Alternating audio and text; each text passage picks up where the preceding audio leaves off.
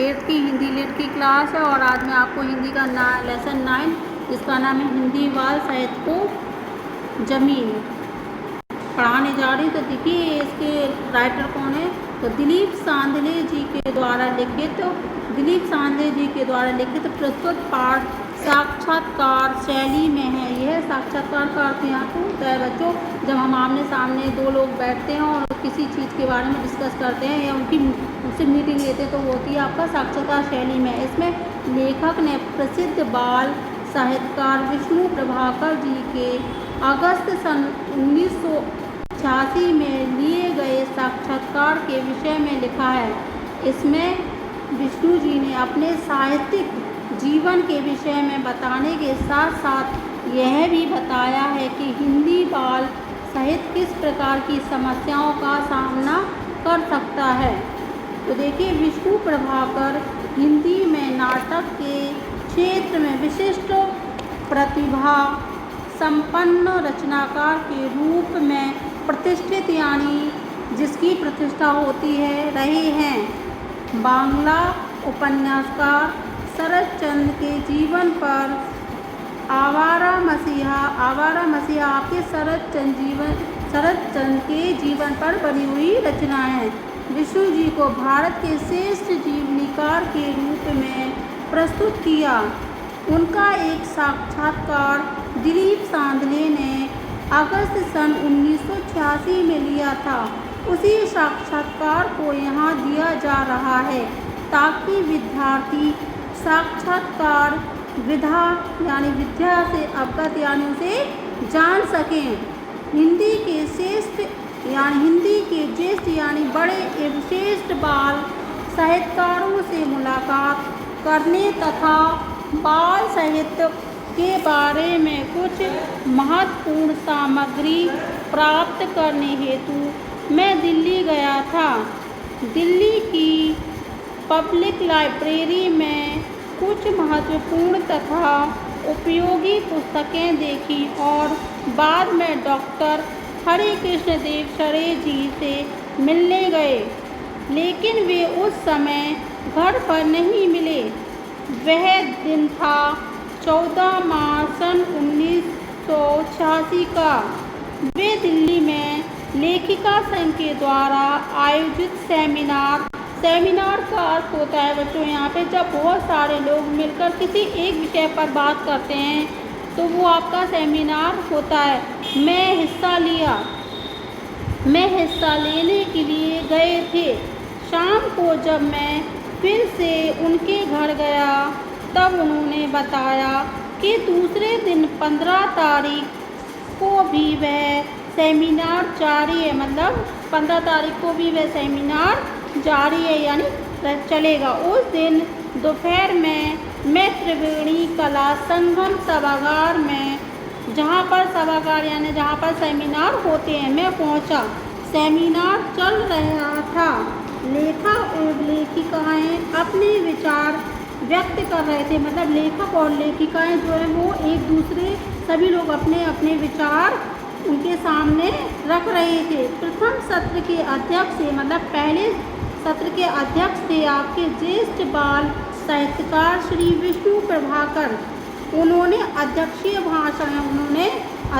रूप में भाषण में अपनी बाल साहित्य की यात्रा किस तरह आरंभ हुई यानी शुरू हुई इसका बड़ा सुंदर विवेचन यानी वर्णन प्रस्तुत किया। अपने बचपन के कुछ अनुभव बताए जिनमें भविष्य में अनेक बाल साहित्यकार बनने के बीज छिपे हुए थे। सेमिनार समाप्त होने पर मैं विष्णु जी से मिला।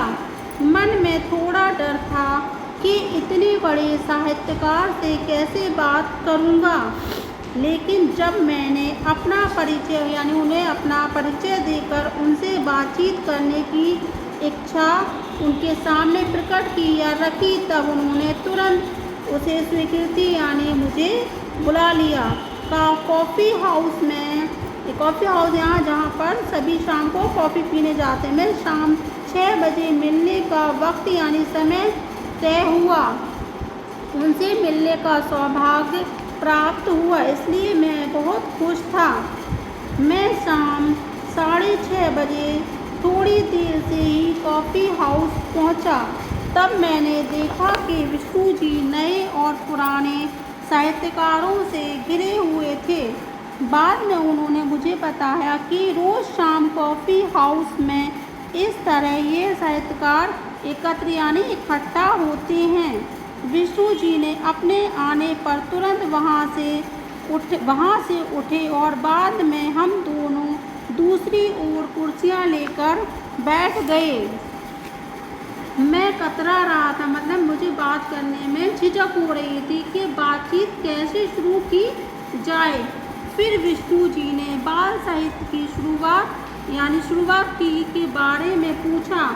उन्होंने बताया, मैं मूलतः बाल साहित्यकार नहीं हूँ, मतलब मैं शुरू से बाल साहित्यकार नहीं हूँ, लेकिन मतलब ऐसी परिस्थितियाँ यानी चारों ओर की स्थितियों के कारण, परिस्थितिवश का अर्थ होता है आपका चारों ओर की स्थितियों के कारण बाल साहित्य लेखन की ओर मुड़ गया। मतलब कुछ ऐसी परिस्थितियाँ आई जिनके कारण मैं बाल साहित्य की ओर मुड़ गया। आकाशवाणी की नौकरी के अवसर पर समय की आवश्यकता के अनुसार बच्चों के लिए बहुत कुछ लिखना पड़ा। इसमें अधिकतर एकांकी या यात्रा का वर्णन समावेश था। मतलब कुछ मैंने ऐसी कहानियाँ, चरित्र चित्रण और एकांकी जिसमें यात्रा का वर्णन हो, ऐसी कुछ रचनाएं लिखी। बहुत सा साहित्य प्रकाशित नहीं हो पाया था, मतलब बहुत सारी चीज़ें इसमें प्रकाशित नहीं हो पाई थी। दिलीप सांधले, बाल साहित्य की प्रेरणा कहाँ से मिली? विष्णु प्रभाकर, बचपन से संयुक्त यानी बड़े परिवार में रहने के कारण परदादी, दादी माँ और बाद में पत्नी के द्वारा भी अनेक कहानियाँ सुनने का अवसर प्राप्त हुआ। परदादी यानी दादी की एक कहानी के विशेष प्रभावित किया और इससे ही मुझे साहित्यकार बनने की क्या मिली? प्रेरणा मिली। फिर दिलीप सांधले कहते हैं कि आपकी राय में बच्चों को किस तरह का साहित्य देना चाहिए? विष्णु प्रभाकर, काल्पनिक बातें बच्चों को आवश्यक दी जाएं। काल्पनिक बातें बच्चों को आवश्यक दी जाएं, लेकिन कल्पना को यथार्थ से जोड़ना। लेकिन कल्पना को यथार्थ यानी यथार्थ का अर्थ होता है का वास्तविकता। लेकिन जो कल्पना होती है जिसको हम अपने मन में सोचते हैं मगर वास्तव में वो चीज़ होती नहीं है, तो कल्पना को यथार्थ से जोड़ना चाहिए।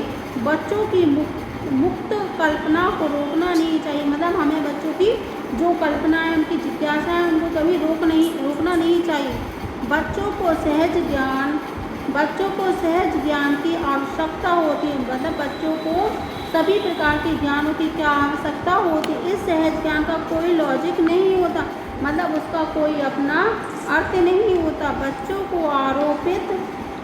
को आरोपित ज्ञान से मुक्ति दिलाना चाहिए। मतलब हमें बच्चों के ऊपर किसी प्रकार का वो ज्ञान नहीं थोपना चाहिए। उन्हें हमें हर चीज़ से मतलब मुक्त करना चाहिए कि जिससे वो अपनी जिज्ञासा के अनुसार सारे कार्य कर सकें, क्योंकि बच्चों को ऐसा ज्ञान पसंद नहीं होता। इसका मतलब यह नहीं है कि ज्ञान का विरोध होना चाहिए।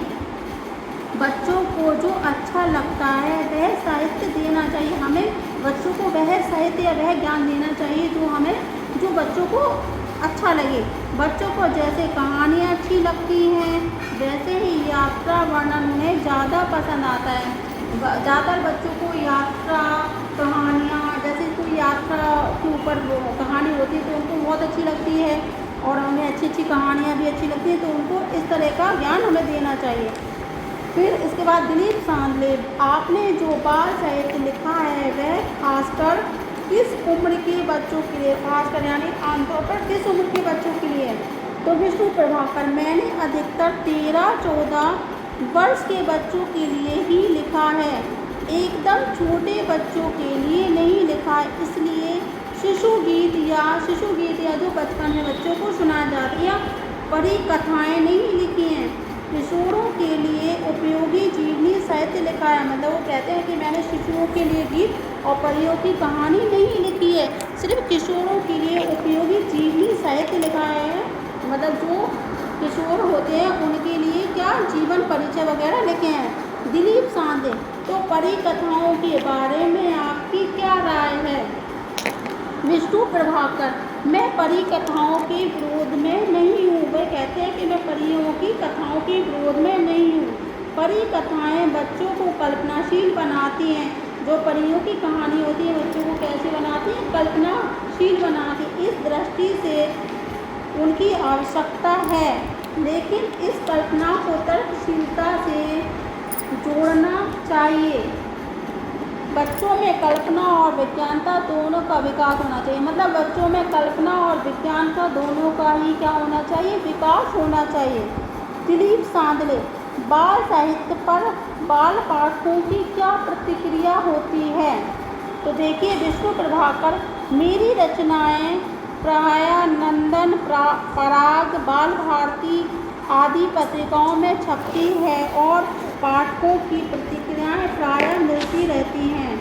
फिर इसके बाद दिलीप सांधे कहते हैं कि आज की हिंदी बाल साहित्य के बारे में आपकी क्या राय है? विष्णु प्रभाकर, जब हिंदी में बड़े पैमाने पर बाल साहित्य लिखा जा रहा है, सभी विधाओं में समृद्ध साहित्य लेखन हुआ है, लेकिन अभी हिंदी बाल साहित्य को सही जमीन नहीं मिली है। अभी तक पाश्चात्य बाल साहित्य की तरह हमारे यहाँ किसी अमर कृति की रचना नहीं हुई है, लेकिन एक ना एक दिन ऐसा समय अवश्य आएगा जब ऐसी रचना का सृजन यानी के उत्पादन या रचना होने लगेगी। हमारे यहाँ होगी। पराग, नंदन, बाल भारती आदि पत्रिकाएं अच्छा बाल साहित्य प्रकाशित कर रही हैं। माधव शंकर ने इस क्षेत्र में अच्छा कार्य किया है, किंतु हिंदी के बड़े लेखकों ने बाल साहित्य की ओर विशेष ध्यान नहीं दिया। जो हिंदी के बड़े लेखक हैं उन्होंने बाल साहित्य की ओर विशेष ध्यान नहीं दिया। कॉफ़ी पीते हुए और बातचीत करते करते आधा घंटा कब समाप्त हुआ पता ही नहीं चला। खुले दिल से बातें करने के उनके स्वभाव से मैं अच्छी तरह से परिचित यानी जान चुका था या परिचित हो गया, और प्रारंभिक डर भी मेरा जो शुरू में डर था वो भी प्रारंभिक यानी क्या हो गया? खत्म हो गया। लगता था कि घंटों बातचीत करूं और उनसे बहुत कुछ अनुभवों का ज्ञान प्राप्त करूं, लेकिन मजबूरी थी, समय की पाबंदी थी। उन्हें भी कहीं जाना था और मुझे भी। रात की गाड़ी से मुंबई लौटना था। 7 बज चुके थे और मैंने कॉफ़ी हाउस में विष्णु जी से स्नेहपूर्वक यानी प्रेम पूर्वक विदा ली, लेकिन यह मुलाकात अविस्मरणीय यादगार यानी ना भूलने वाली। अविस्मरणीय का अर्थ होता है जिसको ऐसी मुलाकात जिसे ना भूला जा सके, अविस्मरणीय बन गई। इस सिलसिले में उन्होंने बाल साहित्य समीक्षा के दिसंबर 1985 में प्रकाशित श्री विष्णु प्रभाकर बाल साहित्य कोषांक का जिक्र किया, लेकिन उस समय अंक उनके पास उपलब्ध नहीं था। बाद में उन्होंने वह अंक डाक से तुरंत भेज दिया। मैंने अनुभव किया कि विष्णु जी श्रेष्ठ साहित्यकार और बाल साहित्यिक सृजक तो हैं ही, इससे अधिक वह एक मिलनसार, स्नेहशील, सुस्वामी व्यक्ति हैं। ऐसा मेल बहुत कम देखने को मिलता है। तो बच्चों आज हमने लेसन 9 पढ़ा, हिंदी बाल साहित्य को जमीन। तो आपको इस लेसन को अच्छे से रीड करना है और उनके कठिन शब्दों को इसमें से ढूंढकर अपनी नोटबुक में नोट करना है। Thank you.